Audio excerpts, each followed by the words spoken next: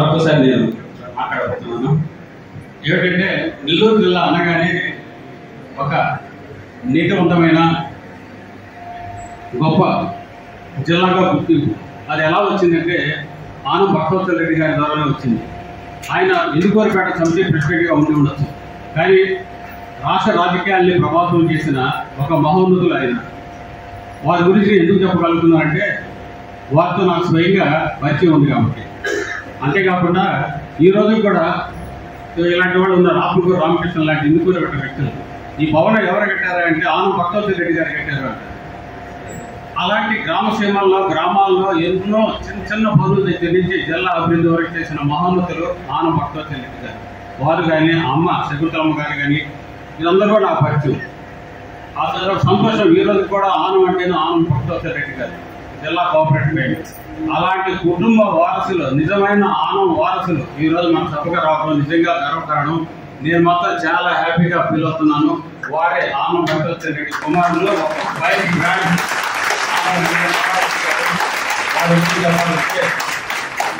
మాట చాలా కరువుగా ఉంటుంది, కానీ మనసు చూడగలిగారు కదా. ఎంత సున్నితం అంటే పట్టుకుంటే జారిపోయే పాతాంశం కన్నా సున్నితం. అలాంటి మహోన్నత వ్యక్తులు. ఎందుకంటే వారితో కూడా నాకు పరిచయం ఉంది కాబట్టి, వారితో కూడా అనేక సార్లు సంభాషించాను కాబట్టి, వారి కలకైన మాటలు నేను ఇన్ని ఉన్నాను కాబట్టి, వారి మనసు తెలిసిన వ్యక్తి కొంతైనా నాకు తెలుసు కాబట్టి నేను ధైర్యంగాను ఘనంగాను ఇక్కడ మీ అందరి దృష్టిని తీసుకొస్తున్నాను.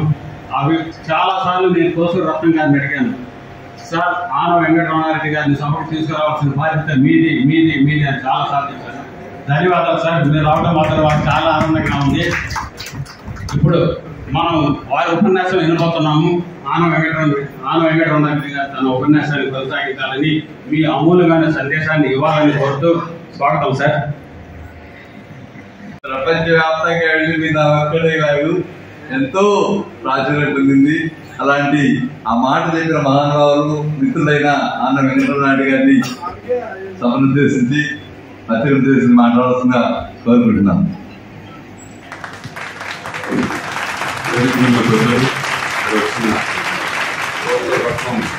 బంధువులు, మిత్రులు, అభిమానులు అందరికీ నమస్కరిస్తూ, ఇంత పెద్దవాళ్ళు మీరు సాహిత్యంలో తెలుగులో పండిపోయిన వాళ్ళ దగ్గర వచ్చి నేను ఏం మాట్లాడాలో నాకే అర్థం కావట్లేదు.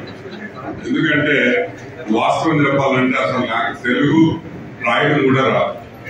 ఇది నేను గర్వంగా చెప్పుకోవట్లేదు, సిగ్గుగా చెప్పుకోవట్లేదు.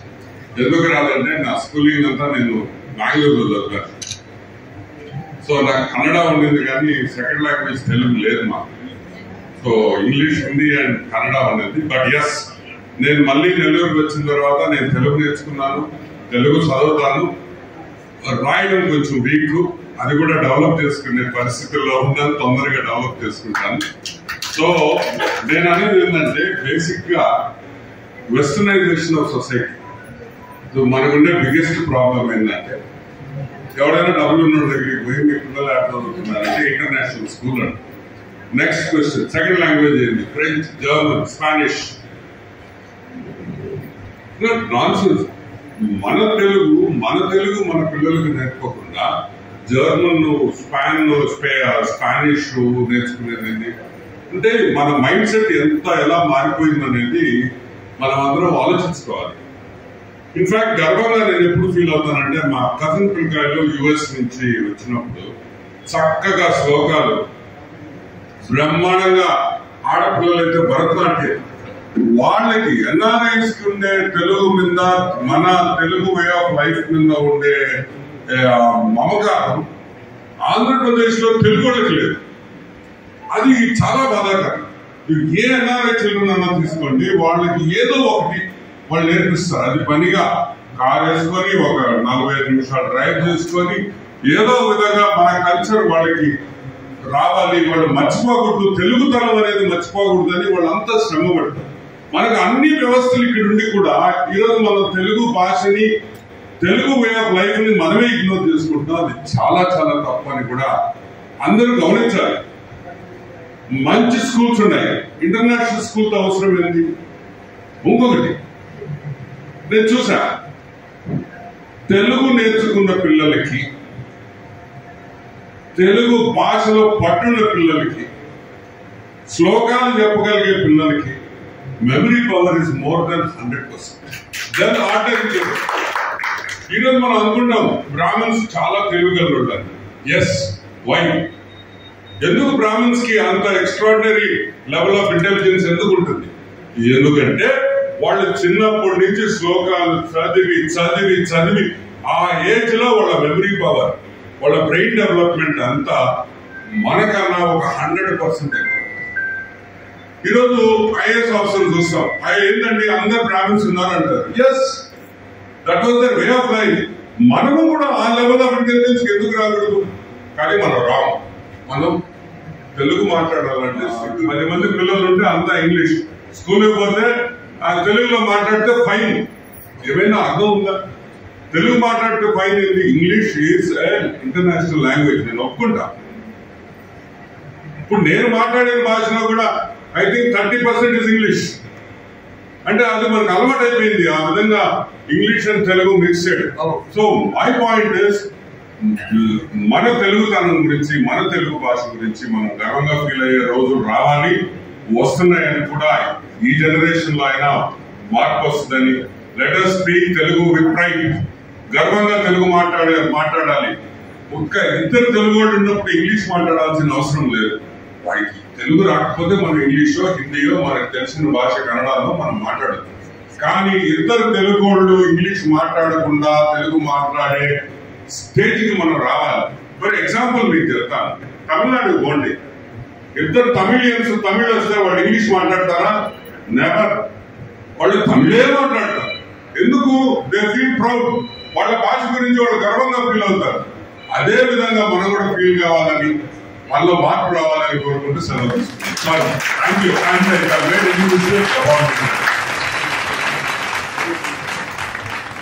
నాకు తెలుగు రాదు, నాకేమీ తెలియదు, నేను చాలా చాలా అమాయకుడు అని చెప్పి అద్భుతమైన సందేశం ఇచ్చిన మహానుభావుకి మరొకసారి కృతజ్ఞతలు తెలియజేసుకుంటూ తదుపరి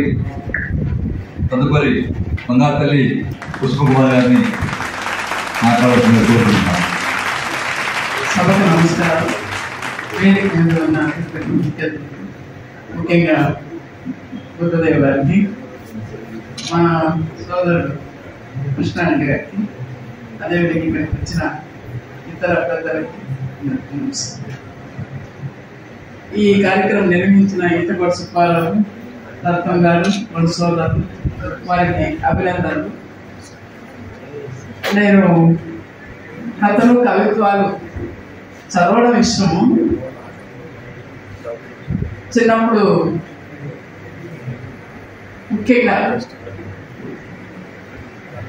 రాముడు సాంకృత్యాయం, ఓల్గాసే గంగ, రంగనాయకమ్మ, గుడిపాట వెంకటాచలం, కార్ల్ మార్క్స్ పుస్తకాలు, అలాగే కేరళ ప్రభాని ఆడియోస్ పుస్తకం యూట్యూబ్ మంచి వాడు, అలాంటివి కూడా ఈ మధ్యకాలం అవన్నీ త్వరగా వినొచ్చు చదవడం కన్నా అనే వయసులో 7 దశాబ్దాలు అంటే 70 ఏళ్లలోకి వచ్చేసాము.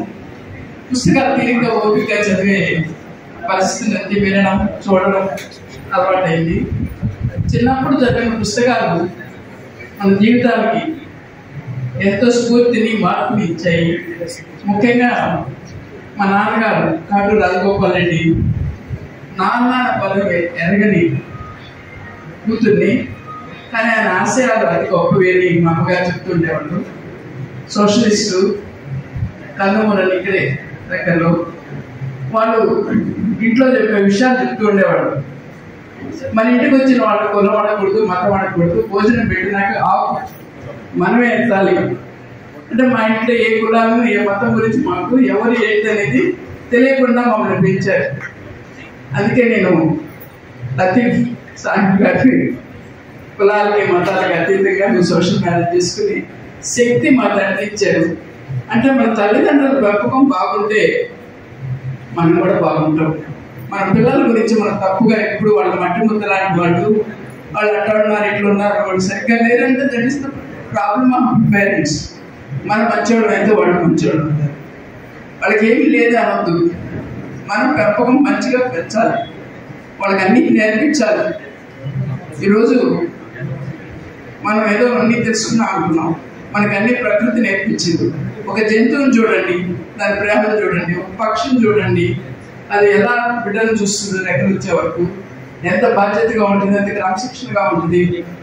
ఇవన్నీ ప్రకృతి నుంచే మనం అన్ని నేర్చుకోవచ్చు. మనంగా సొంతంగా ఏం నేర్చుకున్నది ఏం లేదు, వాటి నుండే నేర్చుకుని వాటి నుండి క్రమశిక్షణ అవన్నీ నేర్చుకోవడం. అవి ప్రకృతిని ఎంత గొప్పగా రక్షిస్తున్నాయో మనము వాటిని అంత ఆపోజిట్ గా మనము భయంకరంగా సర్వనాశనం చేసి వదులుతున్నాం. మన జ్ఞానం అజ్ఞానంగా మారిపోయింది. జ్ఞానం ఇచ్చే పెద్దవాళ్ళు దాన్ని మనం మర్చిపోయాం. కానీ ఈరోజు పుస్తకాల ద్వారా విశాలాక్షిని ఇంకా సాహిత్యాన్ని ఇంకా కాపాడుతూ నైతిక విలువలు పోగొట్టుకోకుండా గొప్పగా ఈరోజు పత్రికని నడపడం అంటే చిన్న విషయం కాదు. 16 స్వీట్ 16లోకి వచ్చింది. ఆయన అన్నట్టు కష్టాలు మనకు ఎక్కువ ఉండొచ్చేమో అని అన్నారు. ఏం లేదు, ఇంకా ఇంకా చక్కగా గొప్పగా విశాలాక్షిని ఎదుగుద్ది. అది మనందరం కూడా దాన్ని పెంచడంలో ఉంటాము. గొప్పగా ఉన్నాయి దాని రచనలన్నీ కూడా. ఇంకా మంచిగా అంటే ప్రజలకు స్ఫూర్తిని ఇవ్వడానికి తగ్గట్టుగా మనం రాయాలి. అలా ఉంటేనే అది విలువ ఉంటుందని, లేకపోతే ఏది గుర్తుండదు మనకి. ఈరోజు గౌతమ్ బుద్ధుడి గురించి ఇంకా ఎందుకు గుర్తు పెట్టుకున్నాం, ఆయన ఇంకా బతుకున్నాడు అలా అంటే ఆయన చెప్పిన మంచి విశేషాలు. అలాగే అనేక మంది అబ్దుల్ కలాం ఎందుకు మర్చిపోవడం. సమాజానికి ఆస్తిగా ఎవరున్నాము? ఆస్తి అంటే ఒక బాధ్యత. అప్పుగా ఉన్నామా, ఆస్తిగా ఉన్నామా? మనం సమాజానికి ఉపయోగపడుతున్నామా, సమాజాన్ని వాడుకొని నాశనం చేసిపోతున్నామా? మనం అప్ప ఆస్తి అనేది మనం తెలుసుకొని, సమాజం కుటుంబం రెండు కళ్ళు లాంటివి. కుటుంబం బాగుండాలి అంటే సమాజం బాగాలేదని తిట్టామంటే కుటుంబం బాగాలేదు. మన కుటుంబాలన్నీ బాగుంటే సమాజం ఆటోమేటిక్గా బాగుంటుంది. సమాజం బాగా చేసుకోవచ్చు, బాధ్యత కూడా మనందరిది. సో దాంట్లో భాగంగా ఈ పత్రిక చేస్తున్న బాధ్యతాయుతమైన కార్యక్రమాలు ఇంకా ఇంకా దాంట్లో ఇంకా మంచి మంచి స్ఫూర్తినిచ్చేవన్నీ కూడా పెంచాలా, పంచాలా.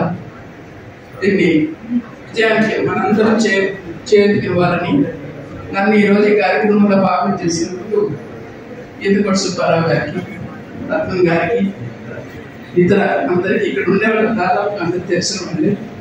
ఇప్పుడే మా కుట్టి సార్ బుద్ధదేవ్ గారి గురించి, ఆయన బాగా చదువుతాడు, పుస్తకాలు గురువు రాత్రి తెల్లారి చదువుతూనే ఉంటాడు. నేను చల్లగా నా టైం వేస్ట్ కాకుండా నేను వేరే పనులు చేసుకుంటే సరే ఈరోజు ఏం చెప్పుకొని మొత్తం వినేసుకుంటాను. అంటే నాకు త్వరగా స్పీడ్గా సినాప్సిస్ కావాలని. ఎందుకంటే మనకి మన అప్పటాల లైఫ్ ఉంది. నెలగారు మనం పుట్టినట్టున్నాము, చదివేసాము, ఉద్యోగం చేసాము, రిటైర్ అయ్యి 10 ఏళ్ళు అయింది, 70 ఏళ్ళకి వచ్చాము. ఇంకెళ్ళి ఉంటామో తెలియదు. అందువల్ల 1 shot 10 birds ఉన్నట్టు ఒక దెబ్బకి 10 అట్లా 10 పుస్తకాల గురించి కూడా నేను అజవేసి వింటూ ఉంటాను. నాకు ఇష్టము. అయితే పొదుపు లక్ష్యం ద్వారా ఆర్థిక పునాదులు వేయడానికి అమ్మ బాగుంటాయి, అందరూ బాగుంటారు. అమ్మ తెలివితేటలు పెంచాలని కాదు, పొదుపు నేర్చుకుంటే బిడ్డలు బాగా చేసుకుంటుంది. అందులో భాగంగా 90 ఏళ్ళు ఆ మెడిటేషన్ ఉంది. ఈరోజు భారతదేశంలో 10 కోట్ల మహిళలు పొదుపులో ఉండే భారతదేశ బ్యాంకులను బతికిస్తూ వాళ్ళందరూ మంచి ఇదిగా ఉన్నారు. అందులో భాగస్వామ్యంకు I'm very satisfied my life. అలాగే పుస్తకాలు చదువుతుంటాను, స్ఫూర్తి తీసుకుంటుంటాను, 10 మందికి చెబుతూ ఉంటాను. ఈరోజు మాత్రం నేను పర్యావరణ పరిరక్షణలో భాగంగా 10 లక్షలు వ్యాఖ్యలు చేసి పర్యావరణాన్ని రక్షించిపోదాం. ఈ జీవితంలో నా లాస్ట్ వీక్ వరకు కాటన్ బ్యాగ్స్ అంటే ప్లాస్టిక్ వల్ల ప్రమాదంలో ఉండదు. భారతదేశంలో కాదు, ప్రపంచం అంతా ప్లాస్టిక్తో ఇబ్బందులు పడుతున్నాము. ఆ ఒక్క కార్యక్రమం మాత్రమే తీసుకొని నేను చేస్తున్నాను. అదొకటే చేస్తాను. దాని ద్వారా జనంలోకి ఆరోగ్యాన్ని కాపాడాలని ఉద్దేశం. Thank you.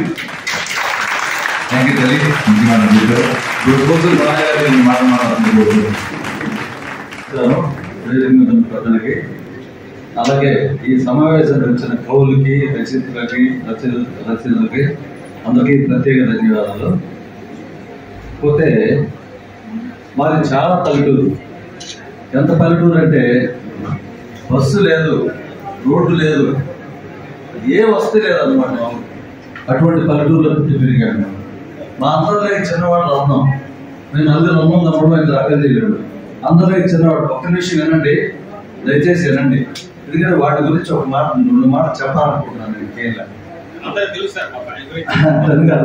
కాదు. చాలా పల్లెటూరు, అందరికంటే చిన్నవాడు. దాంతో అపూర్వంగా పెంచారు. పోతే ఆర్థికంగా ఇబ్బంది పడే ఫ్యామిలీ ఏం కాదు మాది. మండలం రాకుండా ఆత్మకూరు తాలూకా మాది.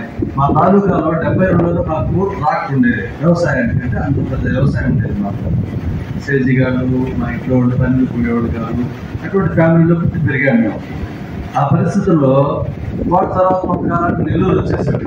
నెల్లూరు చదువుకోవడం ఎట్లంటే మెడికల్ ఏజెన్సీ తీసుకున్నాడు. 20 సంవత్సరాల ముందు సగం చెప్తున్నాను నేను. 2-3 లక్షలు నెలకు సంపాదించేవాడు. ఒక కొడుకు ఒక కూతురు. ఆ పరిస్థితుల్లో నుంచి ఈరోజు విశాలాక్షి వృద్ధాశ్రమం పెట్టి వాడు చేసే చాకరీ చూస్తుంటే నాకైతే ఆశ్చర్యం అనిపిస్తుంది. అసలు ఇంత చాకరీ, ఇంత మనుషులు ఇంత చేయగలరా, అసలు ఇటువంటి పనులు చేయగలరా అనేది కూడా నాకు ఒక చిన్న విషయం చెప్తాను. ఒకరోజు నేను ఆశ్రమానికి వెళ్ళాను. ఈ లోపల తోట ప్రభాకర్ రావు గాని retired DSP, ACP retired DSP, ఆయన రిటైర్డ్ అయినాడు. ఇప్పుడు అప్పుడు డిఎస్పీ ఉన్నాడు తోట ప్రభాకర్ రావు, వినే ఉంటారు పేరు. ఆయన ఆశ్రమానికి వెళ్ళున్నాడు. బయట ఆశ్రమాన్ని మీరు గమనించున్నారో లేదో కానీ బయట కూర్చోన్నారు కొంతమంది ముసలివాళ్ళు. ఒక తమిళియన్ అంట, నాకు తెలియదు. నేను ఎందుకో వెళ్ళే ఆ రోజు అక్కడ. ఆ కూర్చొని ఆయన జొల్లు కాల్చుకుంటా ఉన్నాడు. జొల్లు కాల్చుకుంటా ఐడియా ఉంది కదా, జొల్లు కాల్చుకోవడం అంటే. పెద్ద ఆయన ఇబ్బంది పడుతున్నాడు, కాస్తా ఉంది ఇక్కడ. వీడు ఆ జొల్లు కాల్చేది చేతితో పిలిచాడు. చేతితో అసలు మనం ఒక కంచంలో ఇంకొకటి తిన్న కంచంలో మనం భోజనం కూడా. అటువంటిది ఆయన జొల్లు కాల్చేటప్పుడు తుడిచాడు. అది చూశాడు ప్రభాకర్ రావు గారు. వాడికంటే చిన్నోడే ఆయన. అయినా మీ నేల కాళ్ళు పట్టుకున్నాడు, మొత్తం కాళ్ళు పట్టుకున్నాడు. అసలు నాకు ఆశ్చర్యం అనిపించింది. ఎందుకంటే సార్, మీలాంటి సేవ చేసేవాడిని దేవుడితో సమానం. మీరు అసలు అటువంటి పరిస్థితి అక్కడ 120 మంది వృద్ధులను సాగడం అంటే చిన్న విషయం కాదు. ఒక తల్లిదండ్రులను సాగలేము మనం ఈ రోజుల్లో. నాకు కొన్ని ఇన్సిడెంట్ జరుగు. మన నెల్లూరు పెన్నా నదిలో నైట్ 12 గంటలప్పుడు ఒక పెద్ద ఆయన్ని తీసుకెళ్లి మంచంలో పండేసి దోకర కట్టేసి వెళ్ళిపోయినారు ఎవరు కొడుకులు. ఎవరు బహిర్గోమికి వెళ్ళినప్పుడు ఆ మూలతా ఉంటే చూశారంట. చూసి పోలీస్ స్టేషన్ రిపోర్ట్ పోతే వాళ్ళని తీసుకొస్తే ఆ పరిస్థితుల్లో ఉన్నాం ఈరోజు మనం. ఆ దౌర్భాగ్య పరిస్థితుల్లో మనం ఉంటే కూడా ఈరోజు ఆయన చేసే ఈ సేవకి నేనైతే ఇబ్బందిగా ఉంది, నాకు తట్టుకోలేకపోతున్నాను నేను. పోతే ఇంకోటి ఏంటంటే, మీ రచయితలు నాకు అంత పరిచయం లేదు. అది ఈ రచయితలు కానీ ఈ కవులు కానీ మీ వల్ల సమాజానికి ఎంతో కొంత మేలు జరుగుతుంది. ఎందుకంటే ఈ దుర్మార్గమైన సమాజం ఏర్పడిపోయింది. వాటిలో కొంత తగ్గించేదానికి, ఆ దుర్మార్గాలు తగ్గించేదానికి మీ తోడ్పాటు చాలా ఎక్కువగా ఉందని మీ అందరికీ ప్రత్యేకమైన ధన్యవాదాలు తెలుపుకుంటూ నమస్కారం, సెలవు తీసుకుంటాను. Thank you sir, thank you sir. ఆయన మా అన్న నాకన్నా ముందు రోజు కనీసం వారానికి ఒకసారి పూజ తిరుగుతుంటారు. ఏదానికి కర్మ అని. దాని కర్మ గారిది భగవద్ ఇచ్చిన వరం. అలా అనుకొని నేను ముందుకు వెళ్తున్నాను. తదుపరి పూర్ణచంద్ర గారిని 4 మాటలు మాట్లాడుతుందా ప్రార్థిస్తున్నాను. ఈరోజు నేను పుచ్చుకోవడానికి వచ్చాను. ఒక మాసపత్రిక విశిష్ట ప్రతిభా పురస్కారాన్ని అందుకోవడం అనేది ఒక ప్రభుత్వం ఇచ్చే పురస్కారం కన్నా చాలా గొప్పదిగా భావిస్తున్నాను. దాన్ని నాకు ఇవ్వాలని చెప్పని నిర్ణయించినటువంటి ఈ సంస్థ యాజమాన్యం అందరికీ కూడా నేను మనస్ఫూర్తిగా కృతజ్ఞతలు తెలియజేస్తూ, పెద్దలు ఆనం వారు సభని తెలుగు భాష వైపు మళ్ళించారు.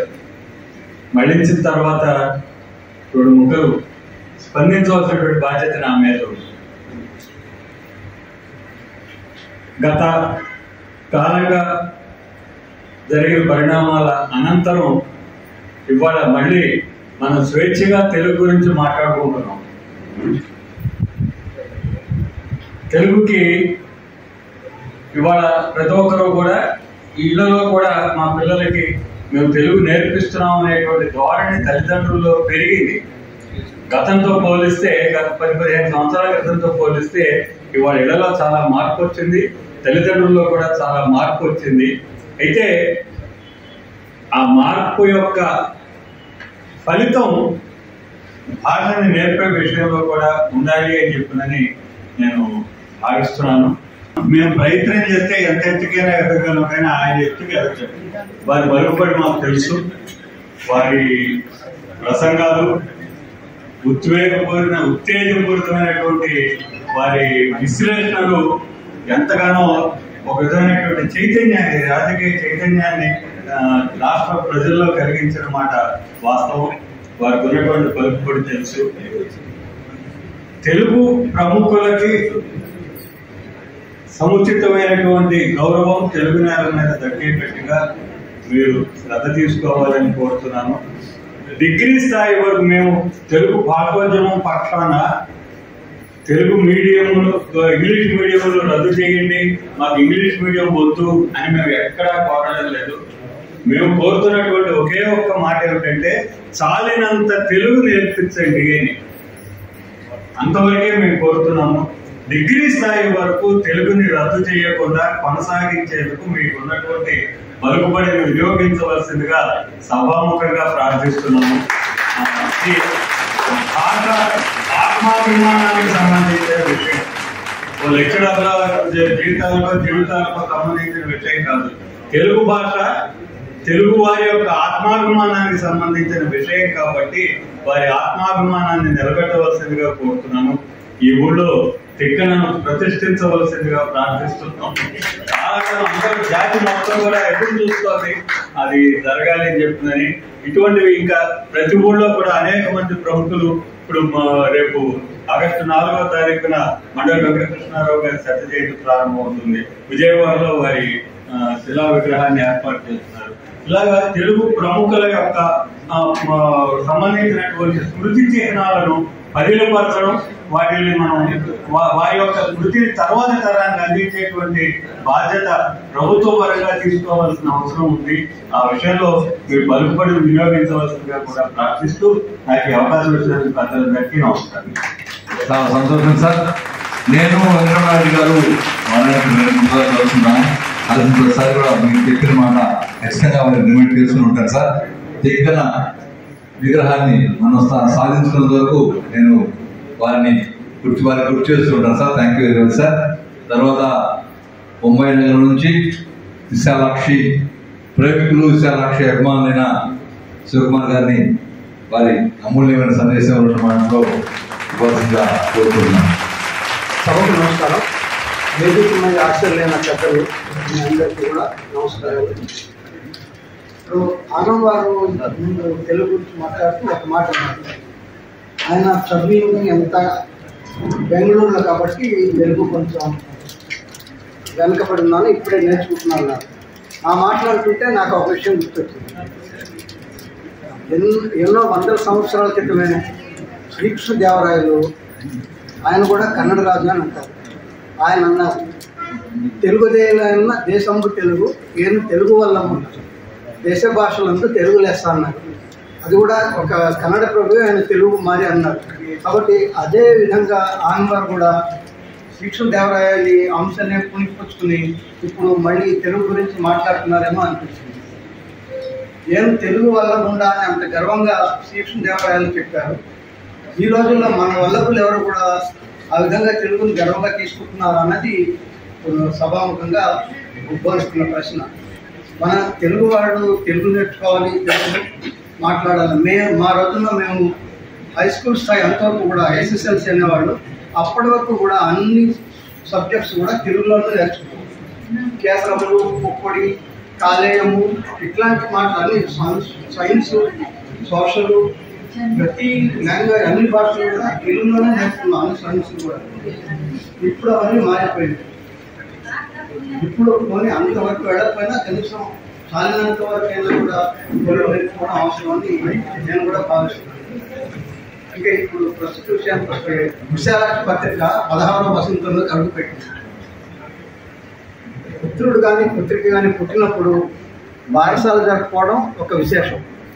అదే 16 వసంతాలు వచ్చాక 16వ సంవత్సరంకి ప్రత్యేకమైన విశిష్టత ఉంటుంది. అదేవిధంగా 16 వసంతాలు నిండిన విశాలాక్షి ఇప్పుడు నవయవనంతో తొంటిసలాడుతోంది.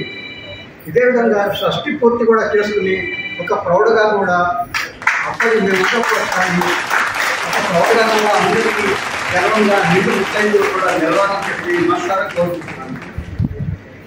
నెల్లూరు విషయానికి వస్తే నేను పుట్టింది పెరిగింది విజయవాడలో.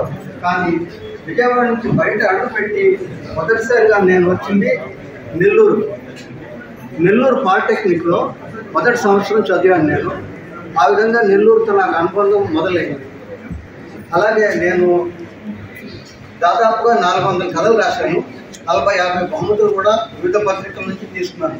కానీ మొదటిసారిగా బహుమతి ఇచ్చినప్పుడు మొదటిసారిగా పిలిచి వేదిక మీద సన్మానించడం విశాలాక్షి వారి జరిగారు.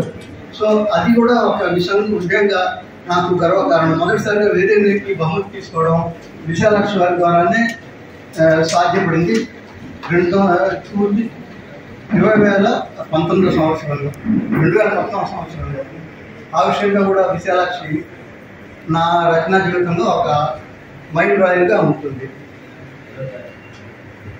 ఈ కోసూరి రత్నం గారి కృషి, ఈతపాటి సుబ్బారావు గారి సహకారం, వీటితో విశాలాక్షి పత్రిక ఇంకా ముందుకు జరగాలని, బాగా ప్రతిష్టాత్మకంగా నిలవాలని కోరుకుంటూ మీ అందరికీ ధన్యవాదాలు చెప్తున్నాను.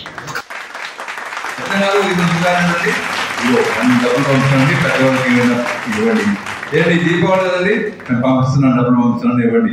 సంక్రాంతి కదండి, ప్రతి పండుగ వస్తుందంటే వారికి ఆనందం, నాకు సంతోషం. సో అలాంటి మంచి వ్యక్తి అంత దూరం నుంచి ఇక్కడికి వచ్చారు. వారి అమూల్యమైన సందర్శించినందుకు చాలా సంతోషం సార్.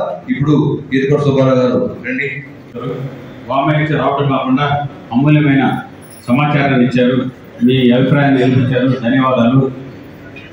మామిడిపూడి రామకృష్ణయ్య గారు, మామిడిపూడి వెంకట రంగయ్య గారు. మామిడిపూడి వెంకట రంగయ్య గారు అంటే అందరికీ తెలిసే ఉంటుంది. ఒక చరిత్ర పరిశోధకులు, గొప్ప న్యాయవాది. అలాగే వారి సోదరులు మామిడిపూడి రామకృష్ణయ్య గారు ఆధ్యాత్మిక సాహితీవేత్త, నెల్లూరులో ప్రముఖ లాయరు. ఇప్పుడు విషయం కాదు, ఇది 1919-20 నాటి విషయము. వారి కుమారులు మామిడిపూడి కృష్ణమూర్తి గారు, వారు ఇప్పుడు అమెరికాలో ఉన్నారు. వారి వయసు కూడా 92 ఏళ్ళు. మామిడిపూడి కృష్ణమూర్తి గారు స్వతహాగా ఆయన చిత్రకారులు, వారి ఫ్యామిలీ అంతా కూడా చిత్రకారులే నిజానికి. అలాంటి వారు విశాలాక్షి పత్రిక గురించి, విశాలాక్షి ఆశ్రమాన్ని గురించి తీసుకొని పరిచయం చేసుకొని వారు ప్రతి ఏడాది కూడా కార్టూన్ పోటీ పెట్టమంటుంటారు. ఆ నేపథ్యంలోనే ఈ సంవత్సరం కూడా మళ్ళీ మనం కార్టూన్ పోటీ పెట్టాము. దాదాపు 50,000 రూపాయలు బహుమతి ప్రదానానికి వారు అందజేశారు. వారి స్మారకంగా కూడా అందులోనే మళ్ళీ మనం ఒక బహుమతి పొందిన కార్టూన్స్ అన్నిటికీ కూడా కలిపి ఒక సంకలనం కూడా మనం కార్టూన్ సంకలనం కూడా నిర్వహించాము. మామిడిపూడి కృష్ణమూర్తి గారు, వారి నాన్నగారు మామిడిపూడి రామకృష్ణయ్య గారు. ఇక్కడ మామిడిపూడి కృష్ణమూర్తి గారు చెప్పాలంటే వారు రాష్ట్రంలో ఒక శాఖలో సరిగ్గా ఒక్కలేదు, వారు పని చేశారు. వారు కూడా మండలి వెంకట కృష్ణారావు గారితో వారి పేషీల్లోనో లేదా వారితో కలిసి పనిచేశారు. ఆయన వారితో మామిడిపూడి కృష్ణమూర్తి గారుతో ఉన్న సంబంధము ఇవన్నీ కూడా కృష్ణారావు గారితో ఉన్న ఆయన కింద పనిచేసిన అనుభవాలతో కూడా ఒక వ్యాసం కూడా రాశారు. అది కూడా మనం ఈ విశాలాక్షిలో వేస్తున్నాము.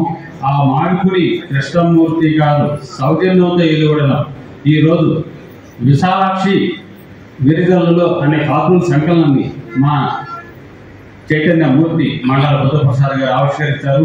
తొలి ప్రతిని మా అమరావతి కృష్ణారెడ్డి గారు అందుకోబోతున్నారు. ప్లీజ్ సార్, ఆ కార్టూన్ సంకలనం మేము ఆవిష్కరించవలసిందిగా కోరుతున్నాము.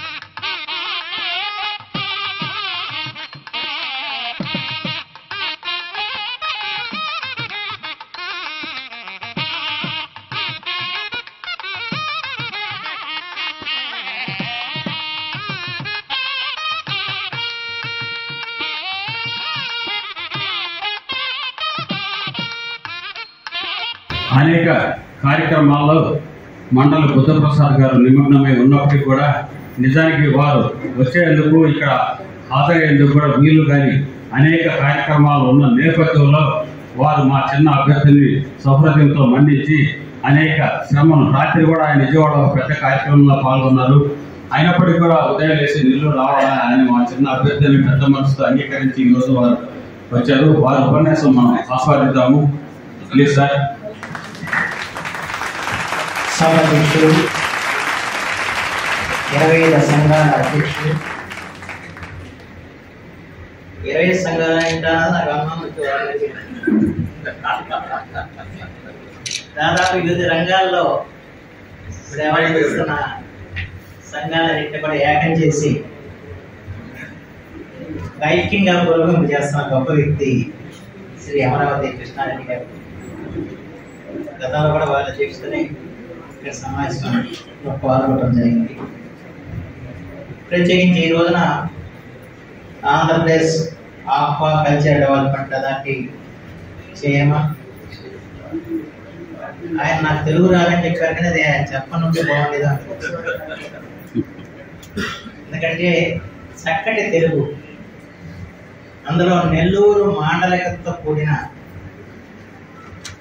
సామాన్య జనం నోట పలికే అద్భుత పదాలన్నీ కూడా ఆయన ప్రసంగాల్లో మనకు వ్యక్తం అవుతుంది. నాకు తెలిసినంత వరకు ఆయన తెలియదు కానీ ఆయన అభిమానం మాత్రం అసంఖ్యాకంగా ఉంటుంటుంది. అంత తెలుసు అనుకుంటే వారు కూడా, ఎందుకంటే అంతమైన సీరియస్ కాలేమంటారు. ఎంత సీరియస్ విషయం కాబట్టి ఆహ్లాదకరంగా చెప్పాల్సి మాత్రం మన ఆనందరామారాయణ గారు, అలాగే శ్రీమతి కె కుసుమ్ కుమార్ గారికి, అలాగే మిత్రులు డాక్టర్ జి కోనచంద్ గారికి, అలాగే పెద్దలు శ్రీ కోసూరు బాలయ్య గారికి, పెద్దలు శ్రీ శివకుమార్ గారికి, శ్రీ కోసూరు రత్నం గారికి, శ్రీ కోసూరు సుబ్బారావు గారికి, చేసిన సాహితీ మిత్రులకు, సాహితీవేత్తలకు అందరికి కూడా నా హృదయపూర్వక నమస్కారం.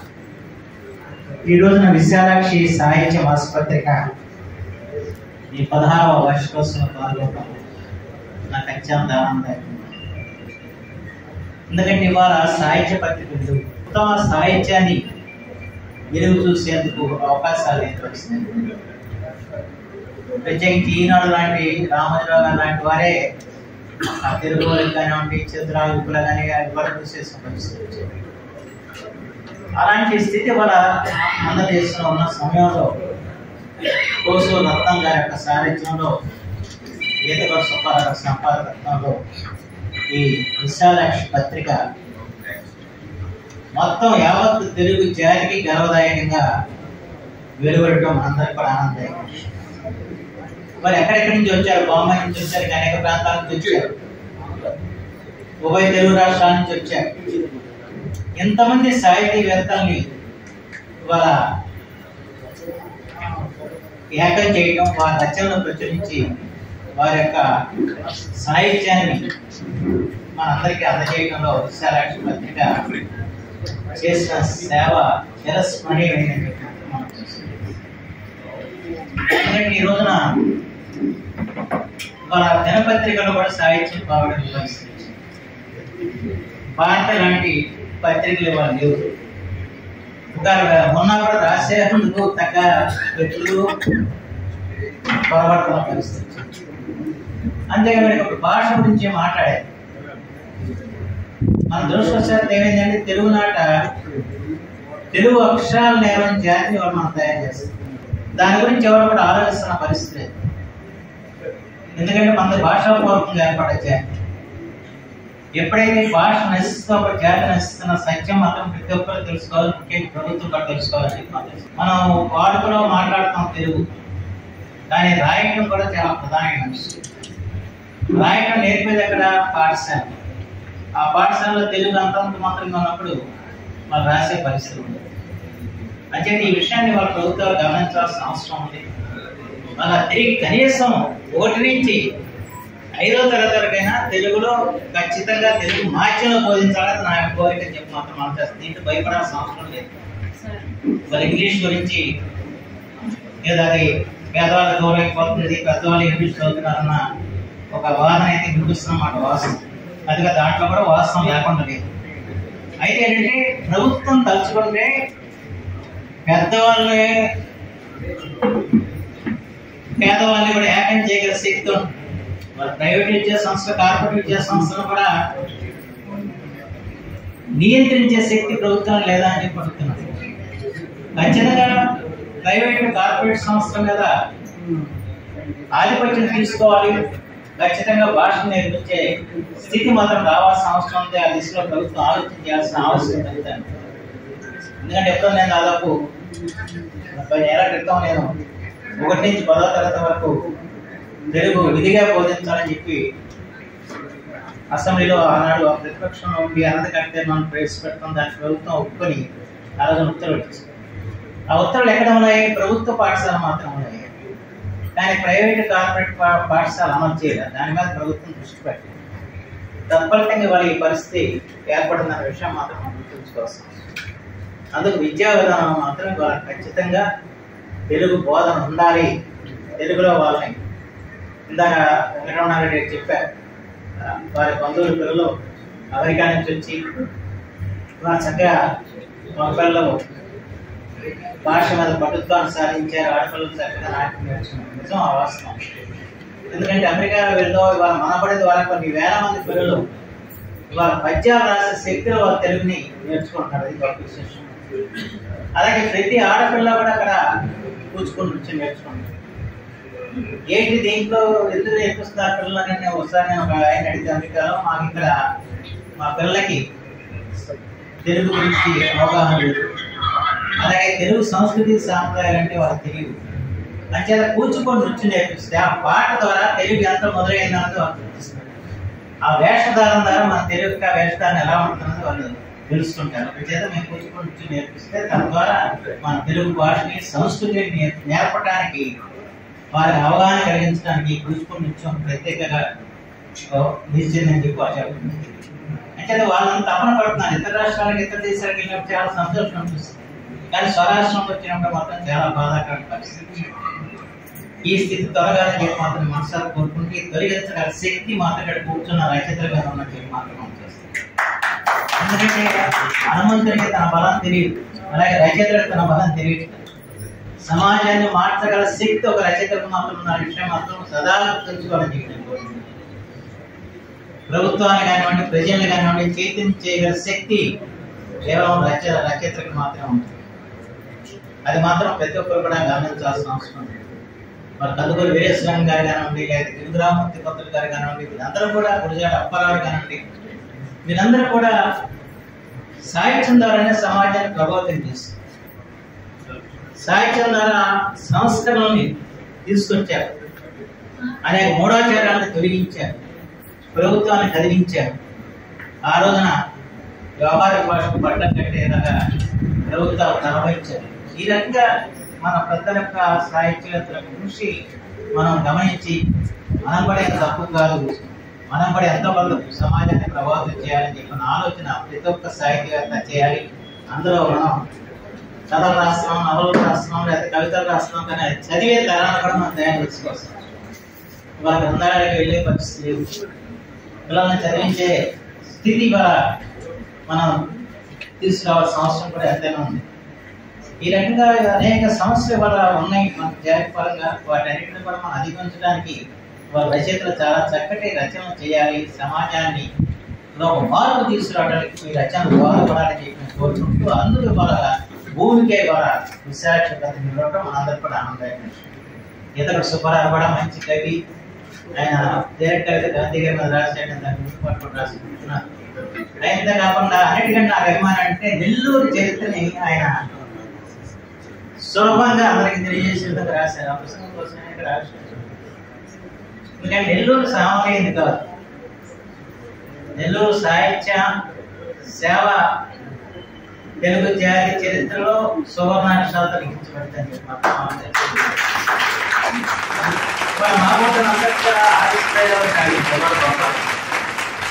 రాజకీయాల్లో ఉంటూ సాహిత్య సేవ చేయొచ్చు అని చెప్పి నిరూపించిన మహోన్నతుడు గోపాల్.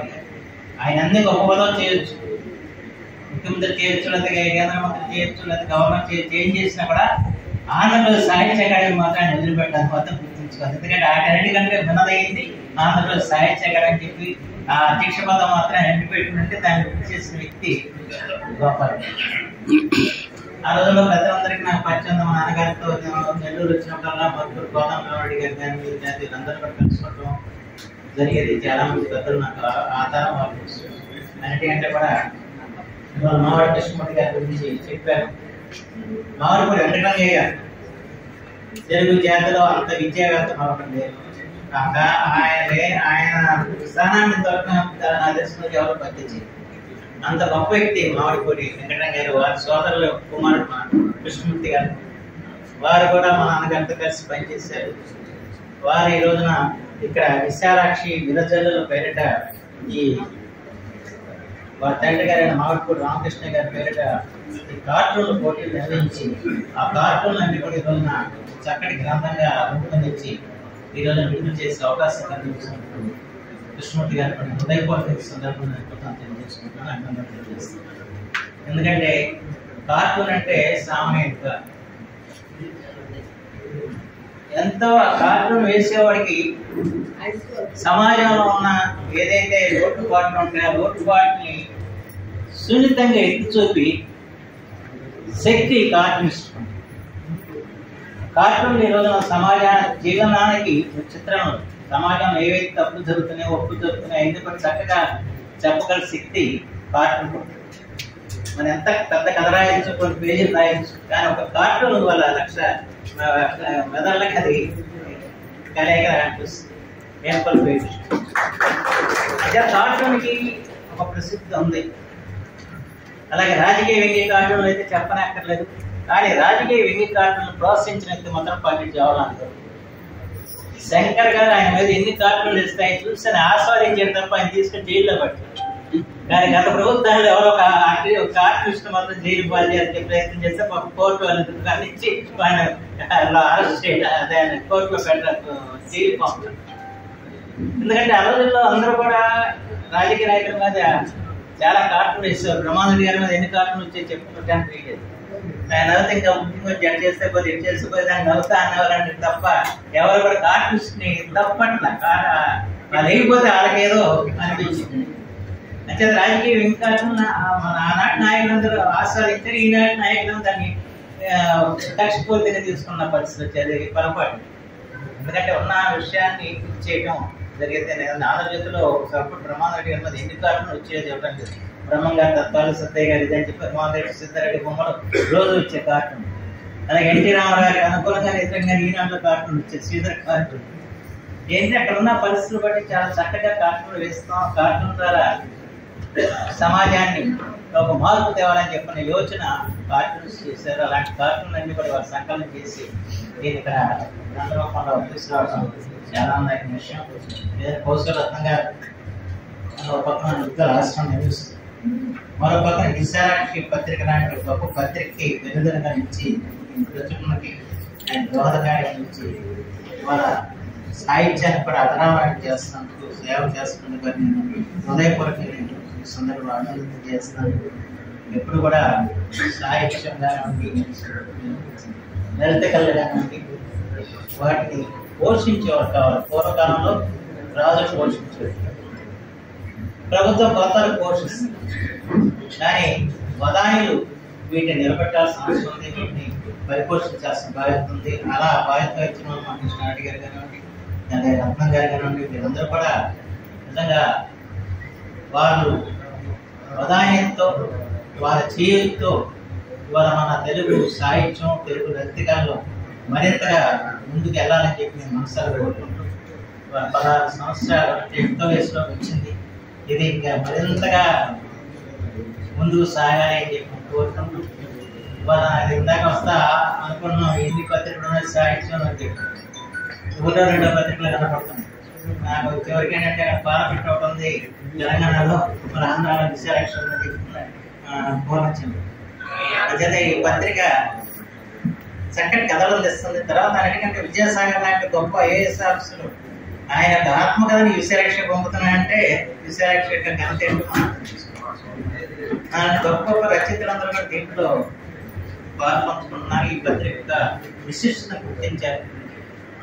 ఆ రకమైన ఒక చిరకాలంలోనే ఒక మంచి సాహిత్య పత్రిక, మన సాహిత్య పత్రిక లేని లోటును తీర్చిన పత్రిక విశాలక్ష ఇచ్చినందుకు నేను హృదయపూర్వకంగా సంపాదకుడు సుబ్బారావు గారిని, అలాగే అన్నిటికంటే ఆయన సంపాదకత్వం తేలిగ్గానే దాన్ని ప్రచురించడం, దాన్ని నిర్మించడానికి కష్టడానికి ఆ బాధ్యత నడుస్తున్న కోర్సు రత్న గారికి హృదయపూర్వకంగా అభినందన. నా తరఫునే కాదు, యావత్ తెలుగు జాతి తరఫున, యావత్ సాహిత్య లోకం తరఫున నేను అందజేస్తున్నాను.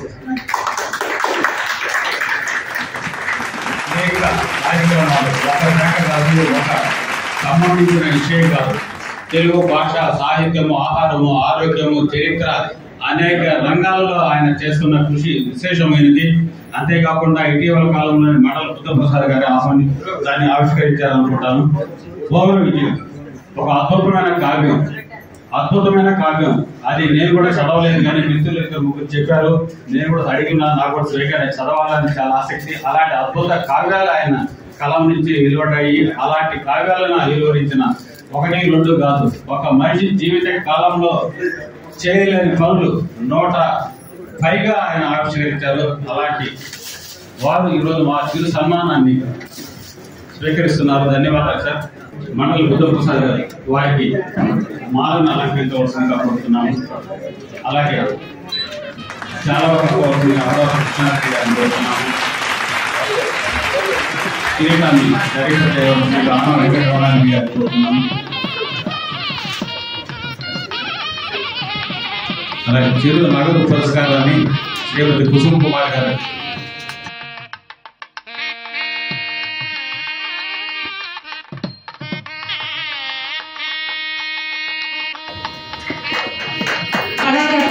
భాషా విజ్ఞాన సభా సరస్వతి తెలుగు పసిడి వైద్య విజ్ఞాన సౌరి సాహిత్య సింధు డాక్టర్ జీవి పూర్ణచంద్రు బిఏ ఎంఎస్.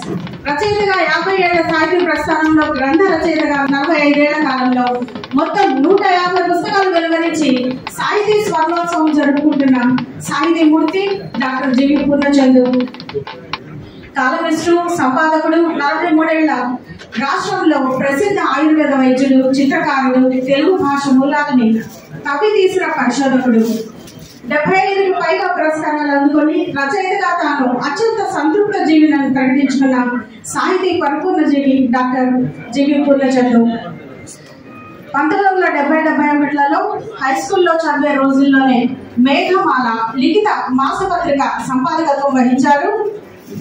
ఆంధ్రజ్యోతి ఆదివారం సంచికలో మన ఆహార సంస్కృతి మూలాల్ని తర్కిస్తూ తినరా మైమరిచి శీర్షికన ఆయన వ్రాసే వ్యాసాలు Andhraprabha, Ammanudi, Visalakshi, neo science hub, Sanchika web పత్రిక, ఇంకా అనేక దినపత్రికల్లో, మాసపత్రికల్లో రాస్తున్న వ్యాసాలు మన భాష పట్ల, మన చరిత్ర పట్ల పూర్ణచంద్రు నిబద్ధతను చాటుతాయి. పిల్లలకి ఎప్పుడు కూడా సమాజం గురించి, తండ్రి కష్టాల గురించి చెప్తే వాళ్ళు కూడా సమాజం తెలుసు. కానీ అలా చెప్పుకున్న దాని వల్ల వాళ్ళు ఏంటంటే నేను నా స్వార్థం, నా డబ్బు అనే దాంతో వచ్చేసి ఒక బంధాలు లేకుండా వేసి ఈరోజు తల్లిదండ్రులు అందరూ ఆశీర్వాదవలసిన పరిస్థితి. కాబట్టి మనం అందరూ కూడా కృషి చేసి తిరిగి మన సాంప్రదాయాన్ని, మన ఉమ్మడి కుటుంబాలు చూసే అందరూ కృషి చేయాలని కోరుకుంటూ, అలాగే విశాలాక్షి సాహిత్య పాత్రగా ఇంకా కొనసాగిస్తూ దానికి వచ్చిన ప్రతి ఒక్కరు కూడా అభినందిస్తుంటూ నాకు అవకాశం ఇచ్చిన కోసరత్న గారికి, సుమారాకి ప్రత్యేక ధన్యవాదాలు చదివించుకుంటాను. Thank you sir. చాలా చక్కటి ధైర్యాన్ని ఇచ్చారు, మాకు మనో నిపుణాన్ని ఇచ్చారు, మమ్మల్ని ముందుకు నడిపించే శక్తిని ఇచ్చారు. ఇవన్నీ కూడా మండల బుద్ధప్రసాద్ గారికి, ఆమె వెంకటరమణారెడ్డికి, మా కళాబంధు అమరావతి కృష్ణారెడ్డి గారికి ఎప్పుడు మేము రుణపడి ఉంటాము. ఈరోజు 100 ఏళ్ళు 110 ఏళ్ళు ఉండొచ్చు కానీ టౌన్ హాల్కి, కానీ ఇక్కడ కార్యక్రమాలు నిరంతరం జరుగుతున్నాయంటే ఆషామాషి విషయం కాదు. ఇప్పుడున్న ఖర్చులు, ఇప్పుడున్న వ్యయము, ఇప్పుడున్న అనేక ఇబ్బందుల నేపథ్యంలో ఇక్కడ జరుగుతున్నాయంటే కేవలం అమరావతి కృష్ణారెడ్డి గారు ఇస్తున్న ప్రోత్సాహం. 25 కళా సంఘాలని ఆయన ముందుకు నడిపిస్తున్నాడు. ఎక్కడ ఎవరికి ఏ చిన్న మనస్పర్ధలు వచ్చినా కానీ ఆయన స్పందిస్తాడు. ఆయన ఒక పక్క వ్యాపారం చూసుకుంటూ కుటుంబాన్ని చూసుకుంటూ అనేక మిత్ర బృందాలను నడుపుకుంటూ ఆయన కళలను మాత్రం వదలలేదు. అందుకనే ఎవరు ఏమనుకున్నా మాత్రం మేము శ్రీకృష్ణ దేవరాయలు, నెల్లూరు శ్రీకృష్ణ దేవరాయలు, తెలుగు కళలకు శ్రీకృష్ణ దేవరాయలు అని ముచ్చటగాను ముందుగాను మేము గౌరవించుకుంటా ఉంటాము. అమరావతి కృష్ణారెడ్డి గారిని నెల్లూరు జిల్లా అందగాడని కూడా చెప్పండి. థ్యాంక్ యూ సార్ అందరికీ. సార్ ఇప్పుడు మేము విశాలాక్షి సాహిత్య మాసపత్రిక తరఫున దాదాపు 16 ఏళ్ళు అయిన తర్వాత స్వయంవరం కాదు కానీ మా పత్రిక తరఫున ఒక 6 మంది 7 మందిని మేము విశిష్ట పురస్కారాలతో సన్మానించదలుచుకున్నాము. సంచా శర్మ గారు విశిష్ట పురస్కారాన్ని విశాలాక్షి సాహిత్య మాసపత్రిక విశిష్ట పురస్కారాన్ని అందుకుంటున్నారు. ఈమె తల్లిదండ్రులు కూరపాటి రామచంద్రమూర్తి, లేడి శ్రీమతి భాగ్యలక్ష్మి గారు. జన్మస్థలం చిత్తూరు జిల్లా కల్పల్లి గ్రామం. విద్యాభ్యాసం పలమనేరు SVSR డిగ్రీ కళాశాల. 10 సంవత్సరాలు కంప్యూటర్ ఫ్యాకల్టీగా సేవలు అందించి ప్రస్తుతం గృహిణిగా ఉంటున్నారు. భర్త యాయవరం కిషోర్ శర్మ, పిల్లలు సబరీష్. పుస్తక పఠనం అభిలాష. తల్లి ప్రోత్సాహంతో పుస్తక పఠనంతో మొదలై కవితలు రాస్తూ కథలు రాయడం ప్రారంభించారు. పలు కవితలు కథలు వివిధ దినపత్రికల్లో అంతర్జాల పత్రికల్లో ప్రచురితమైనవి. వివేకానందుని స్ఫూర్తి వాక్యాల ఆదర్శంగా శ్రీ రామకృష్ణ ఆశ్రమంలో ఆధ్యాత్మిక చింతనతో కార్యకర్తగా పనిచేస్తున్నారు. 70 సంవత్సరాల మేడ మస్తాన్ రెడ్డి గారు అల్లూరు గ్రామం, నెల్లూరు జిల్లా వాస్తవ్యులు. BA చదివారు. తల్లిదండ్రులు రమణారెడ్డి బుజ్జమ్మ, భార్య గారు పద్మావతి, సంతానం భరత్ భార్గవి. ఇప్పుడు క్రియేటివ్ కమ్యూనిటీ క్లబ్ ప్రధాన కార్యదర్శిగా ప్రతి నెల 3వ ఆదివారం వినోద వెల్లడి కార్యక్రమ నిర్వహణ, రచయితగా కథలు, వ్యాసాలు, జోక్స్, పెరడీలు, కవితలు ప్రచురితం. ఆకాశవాణి ప్రసంగాలు ప్రసారం, ప్రముఖుల పరిచయాలు నవ్య వార్తాపత్రికలో ప్రచురితం.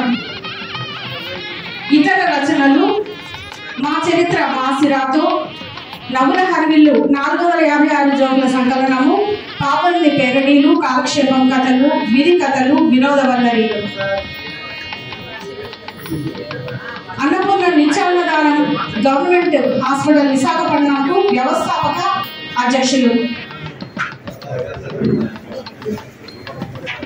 రాయసం దామోదర్ గారు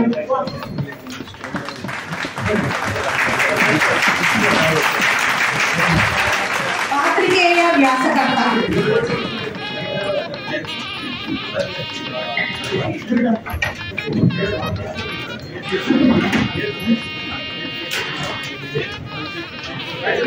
రాయసం దామోదర్ గారు.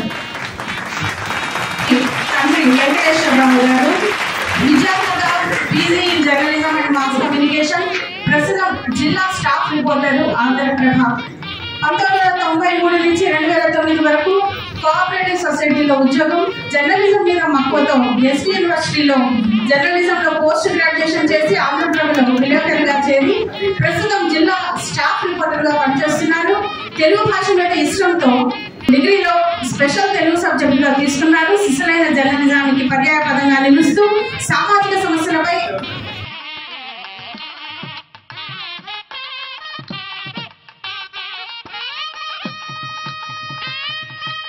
అక్రమాలపై తనదైన శైలిలో వ్యాసాలు రాస్తూ సమాజంలో చైతన్యం పెంచేందుకు కృషి చేస్తుంటారు. తండ్రి వెంకటేశ్వరరావు రాజకీయ సామాజిక సేవ నేపథ్యంలో ఆయన బాటలోనే నడుస్తూ సమాజ సేవలో తన వంతు సహకారం అందిస్తుంటారు. శ్రీ వడలి రాధాకృష్ణ గారు. తల్లిదండ్రులు వడలి వెంకట సుబ్బారావు, సూరమ్మ. విద్యార్హతలు MA public administration, MBA, engineering లో మాస్టర్స్ డిగ్రీ, బ్రిట్స్ పిలాలి. వృత్తి ITC లిమిటెడ్ ABD, చీరాలలో క్రాసింగ్ మేనేజర్ గా పనిచేసి ఉద్యోగ విరమణ. ఈయనకి చాలా బిరుదులు ఉన్నాయండి. సాహితీ మిత్ర, కవి మిత్ర, కథాభిరుచి, కథకరత్న, కథా ప్రపూర్ణ వంటి ఎన్నో బిరుదుల్ని పొందారు. 10కి పైగా కథా సంకలనాలను ప్రచురించారు. కవితా సంపుటాలను జలకడ్డం, శిశుర చిత్రాలు, వట్టివేళ్లు, నానీలు కవితా సంపుటాలను వెలువరించారు. ఈయన ప్రధాన సంపాదకత్వం వహించిన సంకలనాలు 13 ఉన్నాయండి. ఈయన ప్రధాన సంపాదకత్వంతో ఎన్నో సంకలనాలు వెలువడ్డాయి. ఎన్నో పురస్కారాలు పొందారు. ఏబికేఎం ఫౌండేషన్ హైదరాబాద్ సాహిత్య పురస్కారం, రంజనీ కొందర్తి హైదరాబాద్ సాహిత్య పురస్కారం, సెట్ సంస్థ చీరాల వారి సాహితీ మిత్ర బిరుదు, కవి మిత్ర, కథాభిరుచి, కథక రత్న, కళాలయ సాహితీ సంస్థ కథా సుధానిధి బిరుదు ప్రదానం చేశారు. సాహితీ వాచస్పతి కథాబ్రహ్మ బిరుదు ప్రదానం జరిగింది. ఈయన గూటి పడవ కథల సంపుటికి రాష్ట్ర జర్నలిస్ట్ అసోసియేషన్ వారి పోటీలలో పురస్కారం లభించింది. ఆత్మకూరు రామకృష్ణ గారు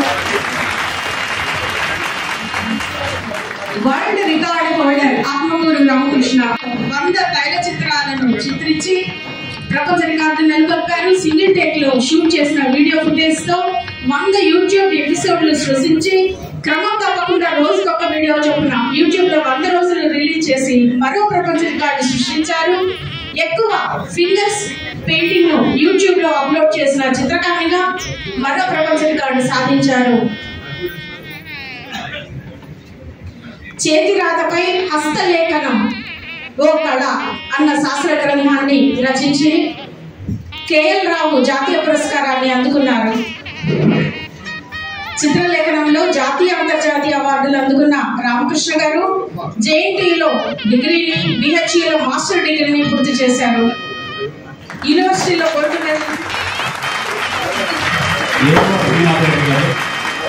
వారు సినిమా పరిశ్రమలో దాదాపు 4 ఏళ్ళు పనిచేశారు. వారు ఎంఏ చేసి ఎంబీడీ చేశారు. అయినా సినిమా పరిశ్రమలో నిలదొక్కలేక లెక్చరర్గా ఇప్పుడు ఒంగోలులో పనిచేస్తున్నారు. అంతేకాకుండా అనేక కథలు రాసిన వారు ఇటీవల తొలి కథా సంపుటి వెలువరించారు. ఆ కథా సంపుటి కూడా కేవలం ప్రజల గురించి, పల్లె ప్రజల గురించి, వారి జీవితాల గురించి ఒక వాస్తవవాది, ఒక చిత్రీకరణ లాగా ఆయన కథలు రాసిన ఒక అద్భుతంగా ఇటీవల సాక్షులు కూడా సమీక్ష వచ్చింది.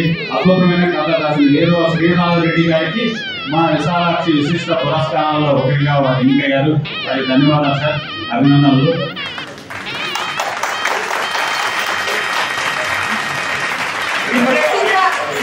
శ్రీ ప్రసిద్ధ హైదరాబాద్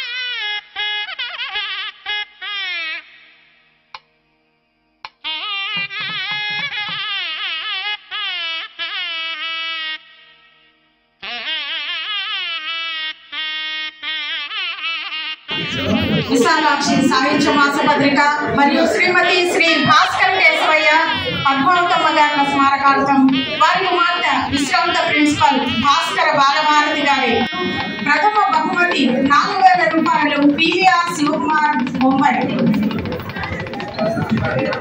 ద్వితీయ బహుమతి శ్రీమతి ఎండపల్లి భారత్ 3,000 రూపాయలు.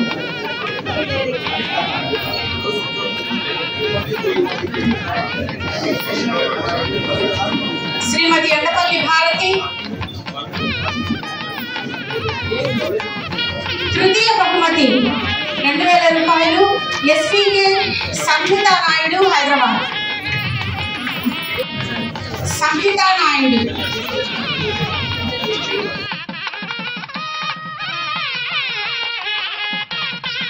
ఆచార్య రాయప్రగలు సుబ్రహ్మణ్యం గారి స్మారకంగా విశాలాక్షి సాహిత్య మాసపత్రికచే కవితల పోటీ నిర్వహించబడింది. ప్రథమ బహుమతి 3,000 రూపాయలు శ్రీ దుప్పటి రమేష్ బాబు నెల్లూరు. శ్రీ ఏటాళ్ళ రాజేశ్వరరావు లక్షట్టిపేట.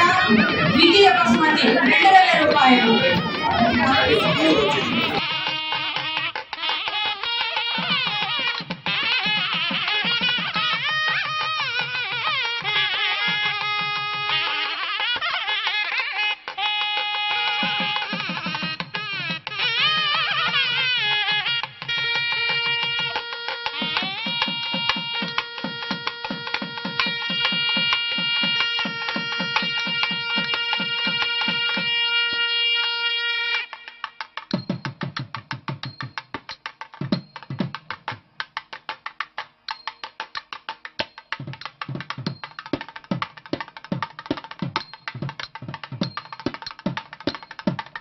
తొలిసారిగా నెల్లూరు జిల్లాకి ఈ విశిష్ట పురస్కారాన్ని తీసుకొచ్చిన ఘనత కనీసకి శివకుమార్ గారిది.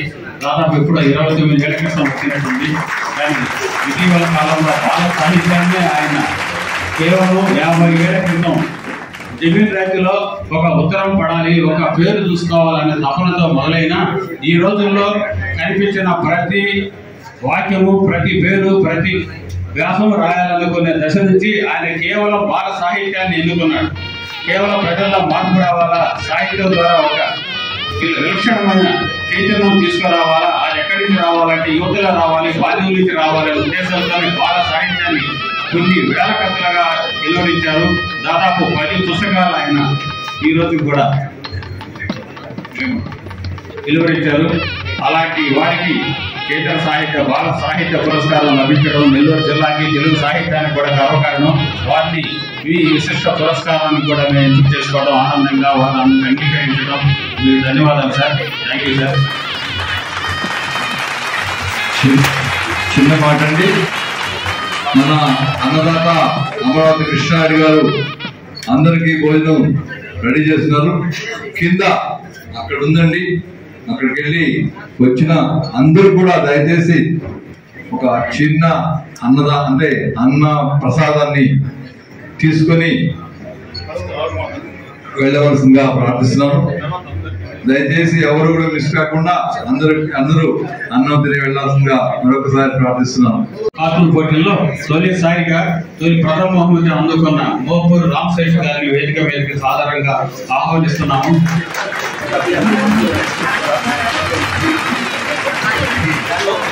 మోపూరు రామకృష్ణ గారు తెలుగుగా కూర్చోమని చెప్తున్నాం. రామశేష్ గారు తీసుకోండి సార్. తర్వాత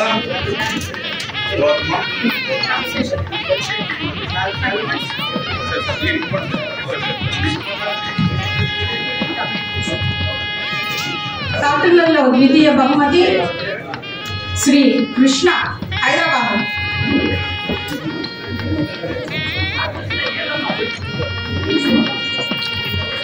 తృతీయ బహుమతి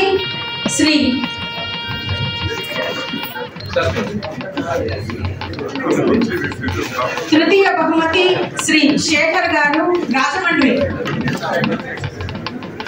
కృష్ణ గారండి.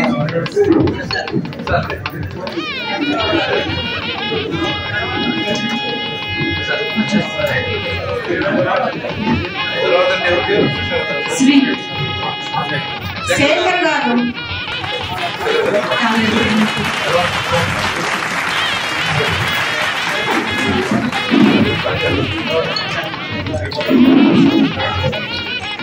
శ్రీ గోపాలకృష్ణ, పెనుగొండ.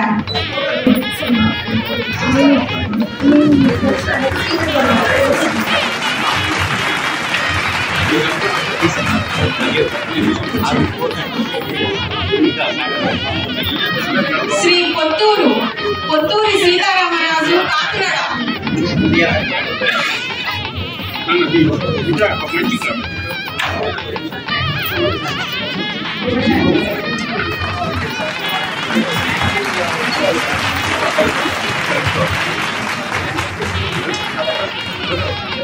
శ్రీ చొక్కల తాతారావు గారు, విశాఖపట్నం.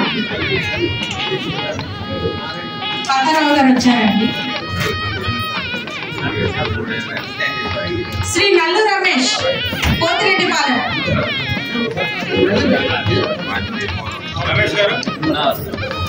శ్రీ నల్లు రమేష్. శ్రీ అన్నం శివకృష్ణ, నెల్లూరు.